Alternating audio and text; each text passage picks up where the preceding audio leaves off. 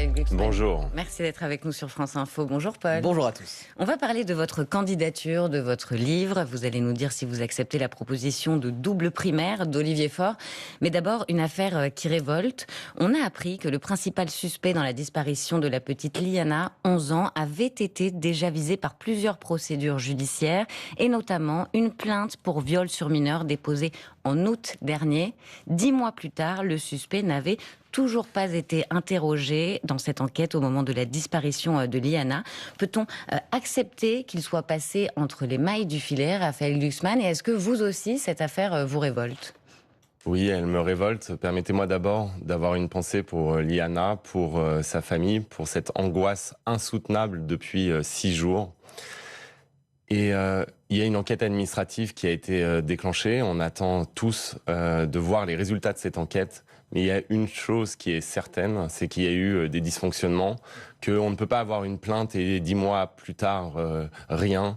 On ne peut pas finalement laisser les plus vulnérables de la société à l'abandon. Et c'est vraiment une question profonde qui se pose à nous. On doit faire de la défense des enfants dans des cas comme celui-ci où un homme est accusé de violences sexuelles à l'encontre d'enfants. Eh bien, on doit faire de la défense des enfants la priorité absolue. Et effectivement, ça veut dire quoi ? Des procédures d'urgence quand il s'agit de violences sur mineurs ? Il faut des procédures d'urgence, mais là, ce qui se passe dans ce cas, c'est apparemment que la justice a perdu du temps, a dysfonctionné, et donc il faut aussi des moyens supplémentaires pour la justice, pour que cela ne se reproduise plus. Il faut des moyens supplémentaires pour que les dossiers soient traités beaucoup plus rapidement, et que ces dossiers remontent tout en haut de la pile, à chaque fois, parce qu'il s'agit en fait de protection. Ces délinquants sexuels, criminels, multirécidivistes, en fait, sont des dangers absolus. Et donc, il faut protéger nos enfants. Donc, c'est une question à la fois d'argent, de moyens, mais est-ce qu'il faut aussi, pour vous, modifier la loi si vous accédez à l'Élysée ? Mais déjà, il faut commencer par regarder attentivement ce que l'enquête administrative va dire. Et ensuite, il y a eu une demande à l'Assemblée nationale d'Océane Godard, députée socialiste, d'une loi intégrale sur les violences sexistes et sexuelles, en particulier à l'encontre des enfants. Et oui, c'est un sujet dont d'autres pays européens se sont saisis et ont eu des politiques plus efficaces que la nôtre. Donc il va falloir que ce soit une priorité en effet. Raphaël Glucksmann, vous publiez un livre « Nous avons encore envie pour un sursaut patriotique » chez Alary Éditions. Vous serez en meeting le 13 juin.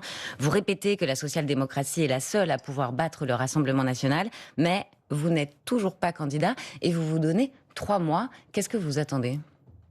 Ce que je veux, c'est ne pas être une candidature de plus. Ce que je veux, c'est réunir mon camp. Ce que je veux, c'est dire à tous les Français, toutes les Françaises qui croient encore dans une gauche républicaine et démocratique que nous allons gagner cette élection. Mais est-ce que vous doutez de vos capacités ? Pourquoi vous ne le dites pas plus clairement je ne doute de rien. Je suis d'une détermination sans faille. Alors mais je ne veux pas être une candidature de plus. Je veux qu'on arrive à créer un rassemblement et une dynamique politique. Et ça passe d'abord par la conviction que nous allons gagner cette élection. Et je vous le dis, aujourd'hui ça peut sembler bizarre, parce que quand on regarde notre espace politique, il semble patatoïde et pas vraiment carré. Patatoïde, oui.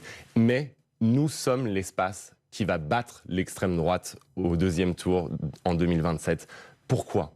Parce que les Françaises et les Français veulent du changement, qu'ils ne veulent pas d'un ancien Premier ministre d'Emmanuel Macron, qu'ils ne veulent pas continuer la même politique avec les mêmes gens, les mêmes figures, les mêmes personnes, et que donc ils vont chercher une alternance. Nous sommes les seuls à offrir cette alternance pour battre l'extrême droite en 2027. Donc notre responsabilité est immense. Et ces 3 mois, eh bien, nous les consacrerons à produire cette offre politique, à être capable de nous rassembler et à être capable de comprendre que notre responsabilité est absolue. Dans ces 200 pages, vous écrivez que la prochaine présidentielle ne se jouera pas seulement sur le pouvoir d'achat, sur l'immigration, sur la sécurité, mais c'est le titre sur une question beaucoup plus simple. Avons-nous encore envie ? Quand on regarde les sondages, aujourd'hui, celui qui est en tête, c'est Jordan Bardella. Donc qu'est-ce qui vous fait penser que c'est vous qui pouvez incarner cette envie ?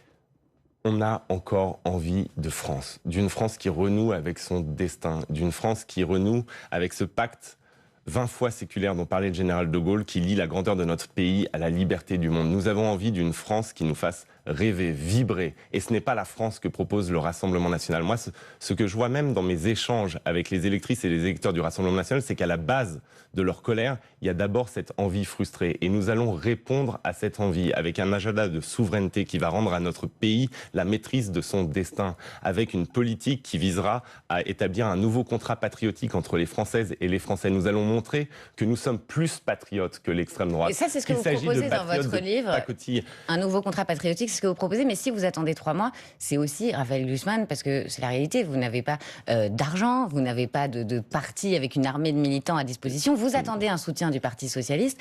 Or, c'est nouveau. Désormais, Olivier Faure, le patron du PS, veut proposer une double primaire à ses militants. Une première primaire restreinte au PS et à place publique pour désigner un candidat qui ensuite se soumettrait à une primaire plus large à gauche. Qu'est-ce que vous répondez à Olivier Faure? Est-ce que vous êtes d'accord pour participer à sa double primaire? Moi, j'ai toujours pas compris ce processus. Je vais être sincère avec vous, je ne comprends pas de quoi il s'agit. Et donc, nous allons avoir une réunion et nous allons en discuter. J'étais opposé à la primaire dite de Bagneux parce que je pense que c'était une machine à perdre. Là, au lieu d'une, on nous en propose 2. Oui, alors pourquoi ce serait une machine à gagner cette fois? Mais je n'en ai aucune idée. Vous posez une très bonne question. Je ne pense pas que quand on a une primaire qui est une machine à perdre, 2 primaires seraient une machine à gagner. Donc moi, ce que je vais faire, ce que nous allons faire, c'est de discuter pour comprendre comment on peut se rassembler dans un processus qui doit être extrêmement clair et rapide. Mais vous avez Parce déjà que pendant discuté. ce temps-là, eh bien, Jordan Bardella est en campagne, il parle aux Françaises et aux Français. Jean-Luc Mélenchon est en campagne, il parle aux Françaises et aux Français. Alors, quel pourrait être ce processus plus rapide pour se réunir? Déjà, qu'on soit capable de mettre nos égos de côté et qu'on se dise juste une chose simple. Quelle est la bonne personne pour nous faire gagner cette élection? Pas pour être premier à gauche. Et vous pensez que c'est vous? Pas pour être premier à gauche, j'y reviendrai. Pas pour être premier à gauche, pour gagner cette élection.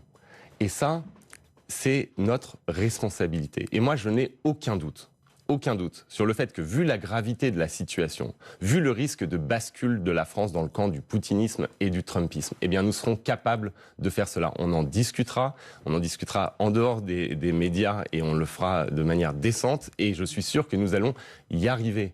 Et ce que je veux dire, c'est que les militantes et les militants du Parti socialiste, eh bien, moi, je veux qu'ils aient leur mot à dire, évidemment.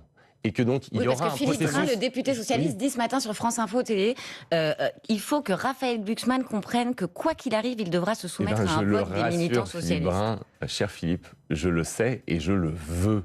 Parce que moi, je sais ce que je dois aux militantes et aux militants socialistes. Mais vous dites non. Nous avons fait la campagne des européennes. Si j'ai pu faire 14%, c'est grâce à eux, grâce à ces femmes et à ces hommes qui se lèvent à l'aube pour aller distribuer des tracts, qui vont coller des affiches, qui ont fait une campagne enthousiaste. On a réussi à réveiller un espoir. Et c'est sur cet espoir-là qui nous est commun que nous allons bâtir la force politique qui va gagner l'élection en 2027. Je le répète parce que je pense qu'un des problèmes de la gauche démocratique et républicaine, c'est qu'elle ne croit plus en sa propre victoire. Elle a trop longtemps baissé les yeux. Ce moment-là est révolu. Cette fois-ci, nous allons gagner. Il faut nous expliquer. Ce matin sur France Info, vous répondez à Olivier Faure, ta double primaire, c'est mort, j'en veux pas. Pourtant, dans les remerciements de votre livre, vous écrivez « Merci aux militants du PS, notre lien est fort et durable, nous avons fait ensemble une très belle campagne en 2024 et nous allons recommencer ».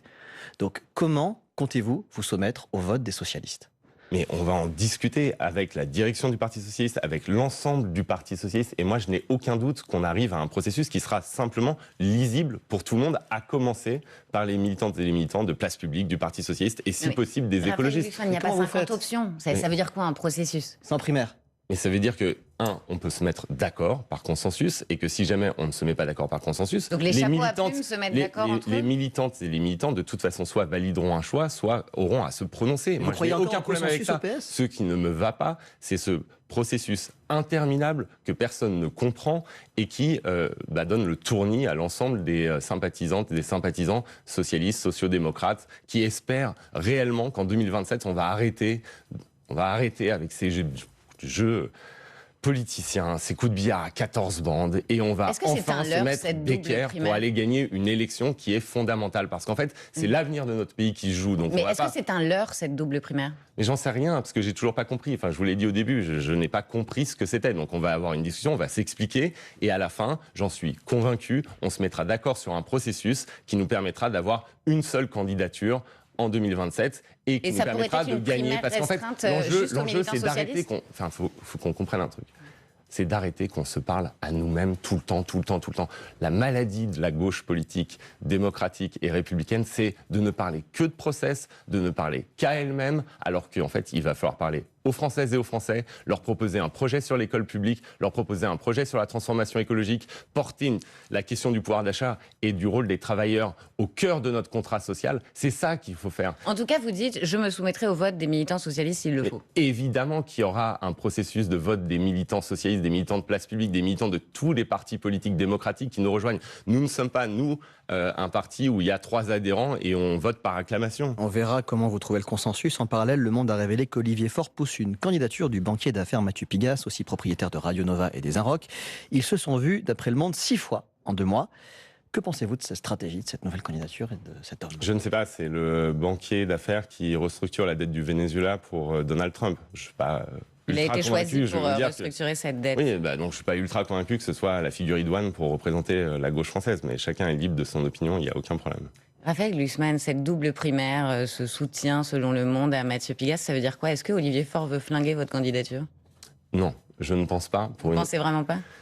Je n'ose penser cela.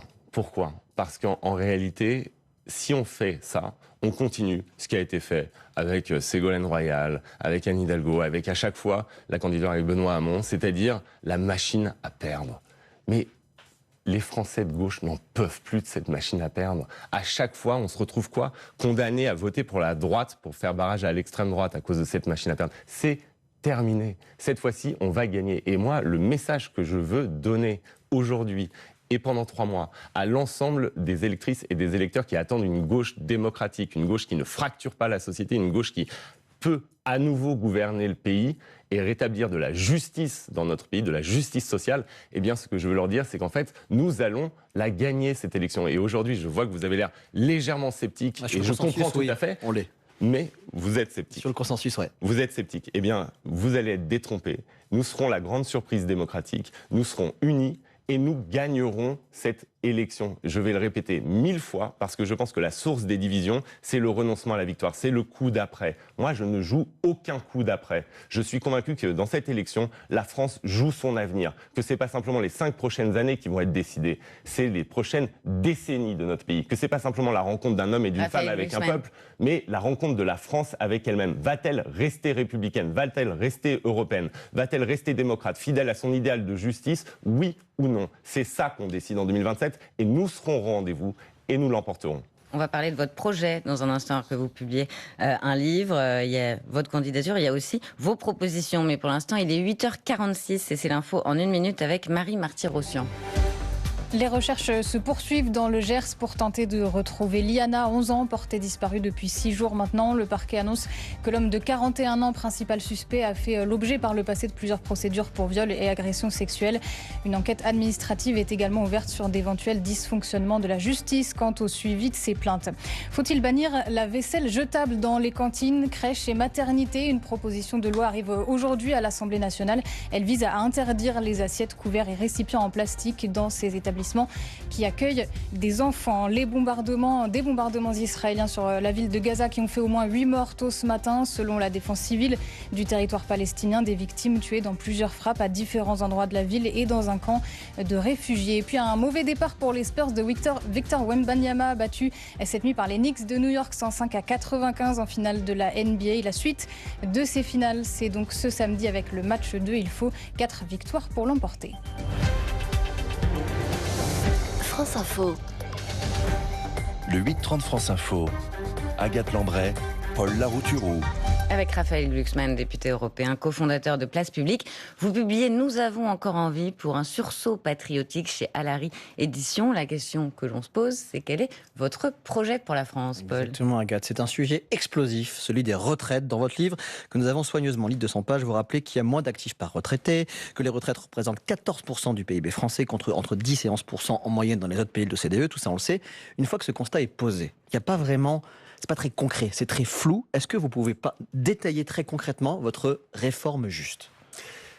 C'est tout sauf flou. Déjà, c'est une première chose, c'est de dire nous ne reviendrons pas à la retraite à 60 ans c'est un mythe et c'est un mensonge vu les contraintes budgétaires du pays et les évolutions démographiques. Ni à 62 ans. Et donc ce qu'il nous faut porter, c'est l'abrogation de la réforme Borne-Macron et une réforme à la place juste. Quel âge ? Une réforme juste, c'est justement une réforme qui ne fait pas de l'âge l'obsession. Une réforme juste, c'est une réforme qui dit une chose simple. Aujourd'hui, une femme de ménage à 65, 66 ans ne peut pas partir à la retraite. Elle a le dos brisé et des horaires absolument inacceptables. Eh bien, il faut qu'elle puisse partir plus tôt. Par contre, les cadres d'une entreprise ou même les employés d'une administration doivent pouvoir, s'ils sont à la retraite avec un âge, une espérance de vie en bonne santé plus longue, pouvoir partir plus tard. À quel âge ? Mais ça, je présenterai une réforme de manière détaillée plus tard. Donc vous êtes encore dans moment-là. Est-ce que quand Manuel Bompard, coordinateur de la France Insoumise, est-ce qu'il vous a bien compris quand il tweet dans son livre, Raphaël Glucksmann renonce à l'abrogation de la retraite à 64 ans ? Il m'a mal compris, comme sur à peu près toutes les pages du livre qu'il s'amuse à commenter à la France Insoumise, puisque non, nous allons proposer l'abrogation, nous allons abroger et nous allons remplacer. Par contre, moi, ce que je ne veux pas, c'est cette insincérité qui consiste à dire on abroge et on ne fait rien d'autre. Comme si finalement les choses pouvaient continuer comme cela, malgré l'évolution démographique, malgré, oui, la dépense supplémentaire par rapport à tous nos voisins sur la question des retraites. Et donc, il va falloir assumer de faire des choix. Si nous voulons investir massivement dans l'école publique, pour terminer là-dessus, parce qu'on a beaucoup de sujets... massivement dans la transition écologique, investir massivement dans les retraites. On a beaucoup de sujets avec vous, nous avons besoin de faire des choix. Et on entend ce que vous dites. Alors concrètement, est-ce que vous dites, comme Gabriel Attal notamment, il faut abandonner la notion d'âge légal et se concentrer sur la durée de cotisation ? Et si oui, ça signifie que la durée de cotisation, vous l'allongez de combien d'années ? Eh bien donc, ça vous le verrez, mais par contre, est-ce que c'est une piste pour vous ? Sur le principe, le fait de ne plus faire de l'âge le totem absolu, mais de la durée de cotisation. Et moi, j'ajoute quelque chose, contrairement à Gabriel Attal, de la pénibilité du travail. La base de cette réforme, je vous le dis, aujourd'hui, nous sommes inégaux face au travail et face à la retraite. Et donc, quand il y a une politique publique, le but est de corriger ces inégalités. On entend, mais là, on vous interrogeait sur la pénibilité, solution, justement. Donc on verra plus tard, donc la durée de cotisation et la pénibilité. Par exemple, là, il y a eu un travail dans le conclave. La CFDT avait fait des propositions extrêmement rigoureuses et extrêmement justes que le MEDEF a rejetées.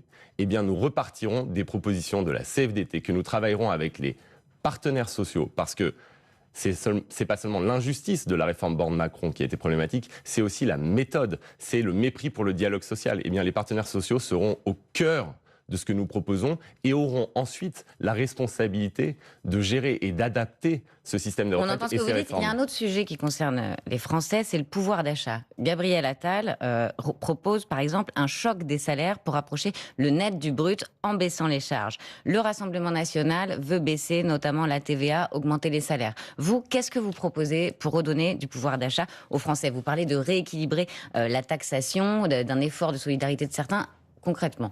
Concrètement, aujourd'hui, nous sommes en train de devenir une société de rentiers et d'héritiers. Concrètement, aujourd'hui, à la fin de sa vie, un Français, eh bien, 2/3 de sa fortune est constituée par ce dont il a hérité. Alors qu'il y a 40 ans, les 2/3 de sa fortune étaient constitués par le produit de son labeur. Et donc, concrètement, ce qui se passe aujourd'hui, eh bien, c'est que les travailleurs sont lésés par le contrat social. Et qu'il faut donc rééquilibrer la fiscalité sur le travail, le capital, l'héritage et les retraites. L'héritage, à partir de combien vous taxez ? Par exemple, une transmission entre parents et enfants. Vous êtes pleine d'allant et d'impatience, mais la vérité, c'est qu'on va proposer un projet. Vous demandez d'être un peu concret, on oriente. Non, c'est extrêmement concret de dire qu'en fait, oui, on va poser la question de l'héritage. Je sais que c'est complètement impopulaire. C'est tabou en France. Oui, c'est tabou. Eh bien, nous briserons ce tabou pour une raison simple. C'est qu'aujourd'hui, on ossifie les inégalités, on les transforme en privilèges. On devient une société de rentiers et d'héritiers et c'est une trahison de la promesse républicaine. Et donc ça ne concernera évidemment pas les héritages petits ou moyens. Ce que cela concerne, c'est les super héritages. À partir de quelle somme ? C'est les grands patrimoines. Je donnerai des chiffres précis plus tard. C'est dommage que vous ne pouviez pas le faire ce matin. Mais écoutez, nous sommes à 1 an de l'élection. Et nous avons un timing à respecter. Et donc, nous proposerons dans le détail, en les négociant avec nos partenaires politiques, les chiffres et les données. Par contre, la philosophie doit être extrêmement claire.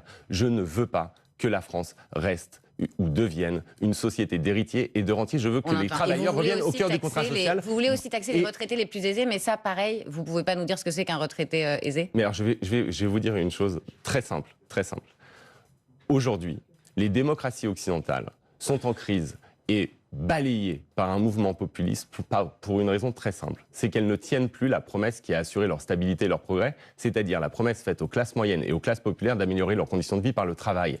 Et nous sommes dans une situation où les travailleurs sont lésés et ça se traduit par un vote Rassemblement national. Si vous voulez faire baisser le Rassemblement national et sauver la démocratie, la seule manière de faire, c'est redonner du pouvoir d'achat aux travailleurs et aussi améliorer les conditions de travail. Nous sommes le pays d'Europe qui a le plus de morts au travail, où les conditions de travail sont les plus difficiles. Nous aurons une politique qui visera à augmenter les salaires, d'abord, mais aussi à démocratiser l'entreprise, à faire en sorte que les travailleurs puissent bénéficier d'une véritable politique de santé au travail, ce qui n'existe pas et ce qui existe chez nos voisins. On entend aussi, Raphaël Glucksmann, que votre livre, c'est une réponse au procès en déconnexion qui vous est fait.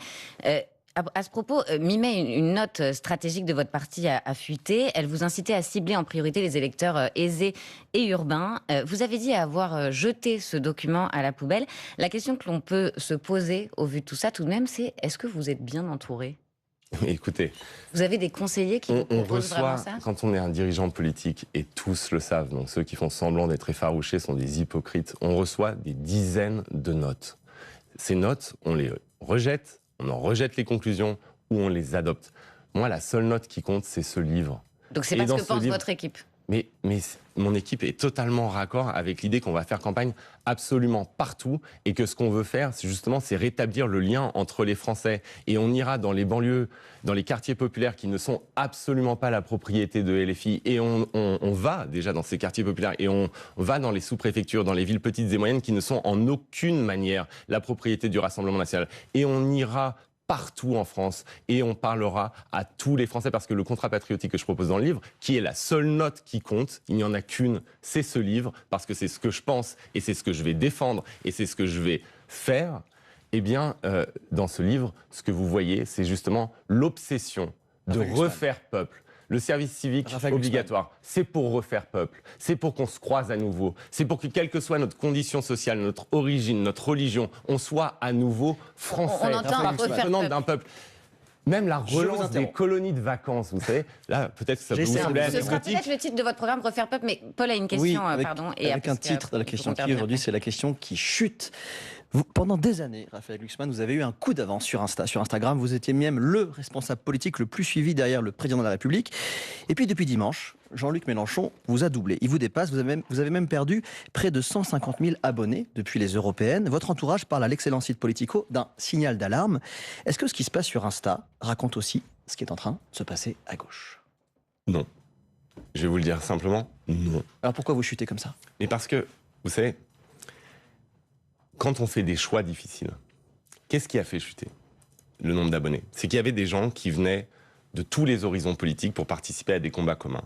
Quand vous devenez un leader politique sur la scène nationale, que vous prenez des décisions comme par exemple au municipal, j'ai pris une position qui était, à mon sens, la seule position juste et gagnante, qui était aucun accord avec la LFI, nulle part. Et c'est à ce moment-là que vos abonnés ont commencé à fondre. À chaque fois que vous prenez ce type de décision, vous perdez des abonnés. Mais vous savez, moi, je n'ai pas envie d'être un influenceur. Je comprends l'importance des réseaux sociaux, mais je ne pense pas qu'il faille un influenceur à l'Élysée. Je pense qu'il faut un président. Et un président est capable de trancher. C'est pas un rentier. Moi, je ne suis pas là pour cultiver une rente. Raphaël je ne suis pas là pour cultiver une rente. Je suis là pour remettre de la clarté, un cap clair. Et quand vous clarifiez, vous prenez le risque de vexer, vous prenez le risque de frustrer. Et je prendrai ce risque jusqu'au bout parce que je pense que le pire aujourd'hui, c'est le soupçon d'insincérité qui pèse sur la classe politique. Et donc, personne n'ose prendre la moindre décision parce que tout le monde est prisonnier de sa base et de sa rente. Comme vous êtes sincère, est-ce qu'aujourd'hui vous dites je regrette de ne pas être sur TikTok? Vous êtes coupé de 28 millions de Français qui l'utilisent chaque mois. Je ne regrette absolument pas